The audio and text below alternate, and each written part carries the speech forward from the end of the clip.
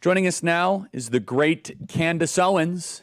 Candace is 40 weeks pregnant, everybody, so she might have to leave at any moment's notice. Thank you for taking the time. Candace, you had a viral interview with Tucker yesterday, but after that, or right as the interview was posted, Ben Shapiro tweeted at a Bible verse that you tweeted, which I found to be totally out of line, and kind of triggered this massive internet dispute, and he effectively asked you to resign from the Daily Wire. Candace, what is going on here? Well, first, I just want to say that I think people thought it was like all of this was like suspicious timing, and that there's no conspiracy theory here.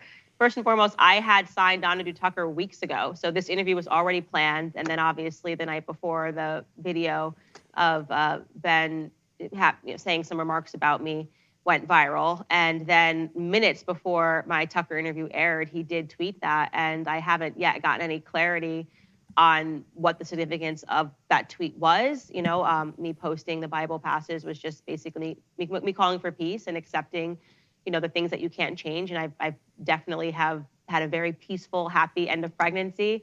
And so I didn't and still don't really understand the nature of the tweet, but I did feel compelled in this instance to answer more strongly because it was a biblical passage. And I have said for a very long time that it does feel like Christians are always being told to shut up. And when you share just a biblical passage and it's somehow being construed or being told that there's something wrong with this passage, it was important for me as a Christian to defend our faith. Yeah, totally. So this has kind of been simmering for a couple of weeks. So just by background, Ben at a private event spoke to a group of people, and I want to make sure I'm very clear and specific. He said something on the lines of, "You have faux sophistication on the matter," Candace. That was his quote. What is he talking about here? I mean, I follow you on social media. I'm a very pro-Israel person, right? I get accused of being a Jewish shill on a daily basis. Like, what is Ben talking about here? And then secondly, why of all the tweets that he decided to ask you to resign, did he choose a Bible verse? Charlie, your questions are the same questions that I have. But what I have said on Tucker and what I will say here is that I think a lot of people who are emotionally involved in the conflict overseas are perceiving people that are actually moderate as radical. And they're not able to see that maintaining a level head is okay. And I think that when they have the benefit of hindsight and it's 2020, they're going to maybe regret some of the things that they've said, especially amongst their most fervent, to their most fervent allies and supporters, which is why on Tucker, I even brought up the concept of the attacks that have been constant against you. And if it's sort of like, if you don't veer into radicalism right now, then they take everything. There's an extreme sensitivity there, you know, and every comment that you make, and I can correlate this 2 weeks ago when I was quite literally, I sent 2 tweets back to back about Brian Mast and his comments in Congress being wrong as somebody that is a sitting congressman about saying there's no such thing as innocent civilian life. And then I followed it up by saying, you know, any sort of genocidal language is wrong no matter what government's coming from. I was referring to the American government, and the backlash that I got for saying genocide is always wrong, it's bonkers. I still can't comprehend it. It's such an easy statement for everyone to agree with. Every single person should say, amen, amen, yes, agree. Genocide is always wrong and unjustifiable. And yet people read in between the lines and said that this must be, you're saying this is happening. And it's like, no, but people, that is literally you applying your emotion, and it's utterly illogical. And I think we are living in times right now where it's really scary to see how much emotion people are having, that basic statements. And if I tweeted right now, pedophilia, no matter where it happens in the world, is always wrong. Is that a statement at certain times okay? Is that statement at certain times not? So I have been trying to understand really what's going on. And the only thing that I can come up with is that people are highly emotional and they're not thinking straight right now. Yeah, that's an eternal statement, right? It's true regardless of what's happening. I want to just reinforce this because you bring up a really important point. And for the record, I've always gotten along well with Ben. I've known Jeremy for a long time. But I call balls and strikes where I see it. And Candace, I think it's been super unfair the way some people have been treating you, and really unfair. Because look, I know your heart too. I tweeted this yesterday. Candace Owens flew 18 hours through a brutal European connection to go to the embassy opening in Jerusalem, and we toured Israel together. And you and I were on campuses multiple times together defending Israel and defending the Jewish people. And so I just find a lot of the coverage to be, and not a lot, but some people's chattering has been highly emotional. And so you talked about this in the Tucker interview, Candace. If somebody in the audience is a very pro-Israel person, can you bring them up to speed as how their cause is actually weakening by how they are going after allies? And I'm afraid that they are diluting and cheapening the term anti-Semitism the same way they've done with racism.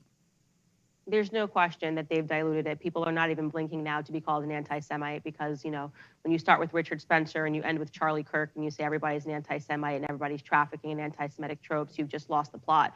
I mean, I've seen everybody from Joe Rogan to Tucker Carlson last night for God knows what reason being called an anti-Semite, and it's just completely a losing argument. And so it's funny because I've had some, pro-Israel friends that reached out to me and were saying, well, we're just trying to help you. And this time I asserted myself and I said, no, you need to listen to me. It's obvious to everybody that's looking around right now that there has been a loss in support for Israel. And that's not because any person agrees with what happened on October 7th. We have all said on our platforms multiple times that what happened on October 7th is completely abhorrent, but it has a lot to do with the reaction of going after allies, for asking questions, for trying to remain not neutral, but humane throughout this, and saying that it is always sad. Like, people were upset when I said it's always sad when you see a dead child. And some of the upset said, well, you can't say that unless you say that also they were just being used as human shields. It's no, you can feel sympathy, you can feel empathy for individuals always, no matter what is going on. You don't need to engage or jump into a political debate to acknowledge that you're still a human and you have a human response to seeing a dead child. And so what I have said from actually before any of this on my show, is that when you use terms too much and you refer to everybody as something, exactly, whether right, it is a racist, a sexist, a homophobe, you will then find that those words have no power. And I do think that part of the frustration that some people that are pro-Israel are having is trying to understand why this word has no power anymore. And I can explain it over and over, but I can't help people understand it. You saw it happen with Black Lives Matter. First, people were so scared of being called a racist. It was such a horrible smear, horrible libel. Like, what do I do to not be called that? And then as they started calling everything racist, and you started realizing air was racist, and the CNN articles were saying, white people blinking was racist, it became, okay, now we know that this word actually doesn't mean what you're saying. It just means that you want me to submit to whatever it is that you're saying very easily because you've used a smear. You've called me a Holocaust denier. You've called me an anti-Semite. You've said my silence is violence. And actually what you're trying to do is you're trying to assert control over me while claiming that you are the victim in this, but actually you're trying to assert power over me. And that's not the way to do it. You have to be well-intended. And Dennis Prager has always made that point, by the way, for years and years, that you have to be very careful when you use a word like that. Because it will lose its power very fast. Right. And unfortunately, his warnings were not heeded in this circumstance, and people just don't believe it when people are being called anti-Semitic anymore. Dennis warned us about this. He said an attack used too much loses its power.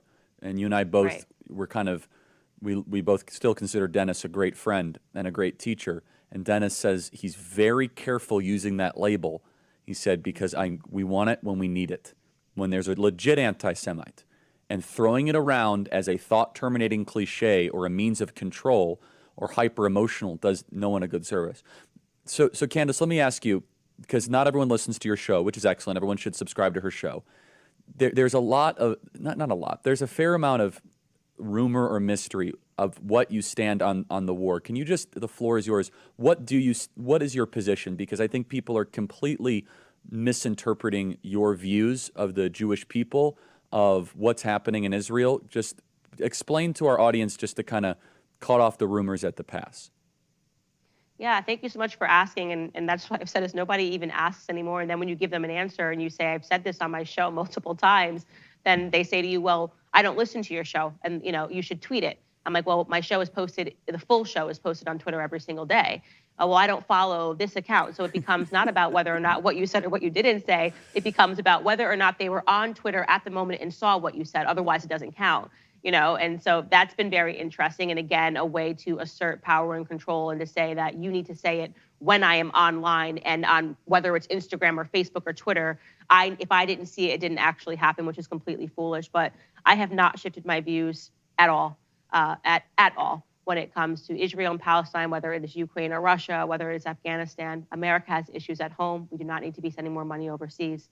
It is the perspective that is held by Thomas Massie, who is now being harassed and being called an anti-Semite for his consistent voting against sending any dollar overseas throughout his entire career, right? He has not changed, he has not switched up. So this is not something that is being guided by a hatred or a love of people based on their race at all. It is just my policy, my stance is that America is falling apart. The politicians that are opining on stage and saying, well, we can do both. Look around you. Obviously, we can't. America is in steep decline educationally, socially, and morally.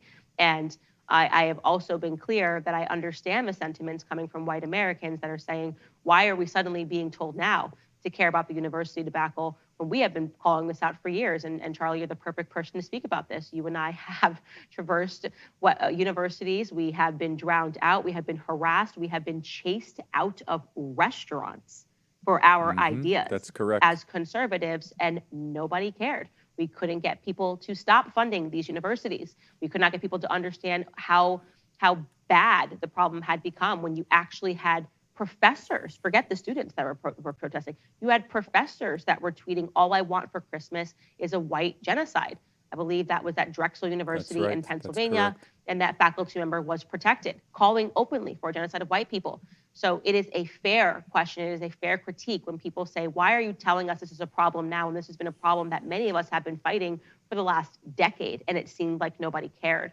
And so by being fair in that assessment, by recognizing what white people have gone through in this country, by recognizing this, what I consider myself to be America First stances of the problems that are happening in this country, and by saying that I do not want to be involved in another Middle Eastern conflict, no matter where the stage is, people hear that in this moment as some form of anti-Semitism. It's not. It's consistency. It is the reason that I quoted Thomas Sowell on last night's episode, that he has a quote about the civil rights era. He's referring to Black America in this quote, but saying when people are used to special treatment, sometimes being treated the same can feel like discrimination, and it's not discrimination to say the obvious truths that we are facing in this nation. You can debate that academically, but don't be disingenuous and call people anti-Semites for holding the same positions that they have always held for the last decade. Yeah, your position has large agreement in many political circles. By the way, it's also held by people from Thomas Massie to Dennis Kucinich to Rand Paul to a certain extent. And you can have disagreements without having to throw around some of the most vile labels imaginable. Candace, we're going to continue after the break. Subscribe to the Candace Owens podcast. Candace is special. We have her back 100%. And let's just take a pause. What's really going on here? That's what we're going to talk about after the break. Email is freedom@charliekirk.com.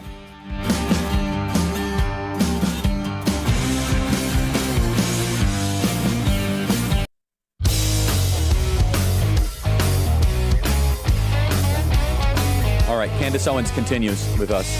Candace, I'm curious, has Ben Shapiro called you privately to try to fix this, or has this all just been a public dispute? It's all been public. I've been, very surprised by it. It's, like I said on Tucker last night, something that I think is unfairly a blemish to the Daily Wire because, the four of us, other hosts that work here at the Nashville campus we get along very well, and I think that this looks like something that it's not because Ben is not a part of the day-to-day operations, and I'm not sure why his instinct is to always air something publicly. Charlie, you and I worked for years together. We have had so many disagreements. I would call you, text you directly, yell at you. That's healthy, But I would never just throw out a random tweet and expect you to see it. When we were having any of those disagreements, when people text me and say, I disagree with Charlie on this, I will just text you, like now, up until this day, what did you mean by this? Why are you doing this? Yes. We have to be able to have healthy dialogue and healthy instinct, even when we are not understanding each other. It doesn't make it better to let things become public fodder. And it's why I did not want to meet Ben where he was at, in engaging in anything that was disparaging about him, because I'm 34 years old. I have my third kid on the way. I know how to communicate like an adult. And so, yeah, I don't still yet fully understand where he is coming from. And I do think that we have all tried to be exceedingly understanding of his emotions during this time as somebody who has, familial ties to Israel. I understanding that over the last 5 weeks, it's been a very emotional time for him. And that's, the human place that I have tried, dropped something there. The human angle that I have tried to take in trying to perhaps understand why he is airing some of this publicly. Yeah, look, I said I've known Ben for a long time. I hope he fixes that, because leadership should warrant the tough conversation and to do it in private. By the way, it's not good for the movement. It's not good for the Daily Wire. We need the Daily Wire. We need the Daily Wire strong. It's an important company, does amazing things. Walsh, Knowles, Jordan, yourself, all that good stuff. So Candace, just a couple minutes remaining here. This Israel issue, I'm afraid, is breaking both the left and the right simultaneously in different ways. What can we do to make sure that doesn't happen? On the right, the left they can go to hell. On the right. Well, we need to act like conservatives. We need to practice what we preach. We talk about free speech. We can't suddenly buck the trend of free speech because we're angry or we're upset. We talk about the need for more dialogue. We talk about the need for less libels. We talk about the need for less smears in the media. We cannot engage in that. We can't engage in the behavior of leftists just because we have become upset or an issue is close to us. Consistency is what is called upon. We must remain ideologically consistent. I think it's important to call balls and strikes within our own movement, but I think that that's part of the problem, is that many people are not, as I said, Tucker Carlson, behaving with consistently conservative principles on these matters. And I'm seeing a lot of behavior that mimics BLM right now. And that is going to, without question, cause a fracturing in the movement by people that are well-intended. And look, I think that we were already sensing this sort of civil war in the conservative movement. And I think that's best represented by the very different perspectives that even the candidates that are running have. Are we America first? Do we believe that we should be engaging in overseas conflict all the time, nonstop? We are, I think, as Vivek Ramaswamy said, going through this sort of adolescence period of trying to define what the conservative party is. And I think it's changing. I think Trump was a huge part of that sea change, obviously, and realizing that there's a frustration. I think younger conservatives feel a little disconnected and detached from some of the older conservatives in the movement for certain reasons, those that have become accustomed to military, industrial, complex instincts and constantly saying that our allegiance should somehow be overseas, and they become accustomed to constantly being involved in overseas complex. And I think that we want something different. And the first thing that we want that is something different is healthy debate, and demanding healthy debate, demanding full-throated discussions and not emotional responses no matter what happens, whether Russia invades Ukraine. We deserve a full-throated debate about whether or not we should be sending billions of dollars unaccounted for over to Zelensky, and whether or not it's COVID policy. No matter how fearful people are, we deserve to have a full-throated debate about how we live in a COVID era. Do we still have our freedoms, or do we become people that are suddenly authoritarian because we have fears? That is the future of the Republican Party. Yes. That I want to see are people that can look back and say, whether you agreed with me or did not agree with me, I remained consistent, and I hope that you respect that. I'll give some advice. Candace Owens is undefeated, everybody. So be careful. Fighting Candace Owens doesn't end well for you. Candace, God bless. We have your back, and have that baby. We'll talk to you soon. Thank you so much, Charlie. Such a pleasure to always join. Thank you. Email us freedom@charliekirk.com. Enjoy Jack Posobiec, third hour coming up.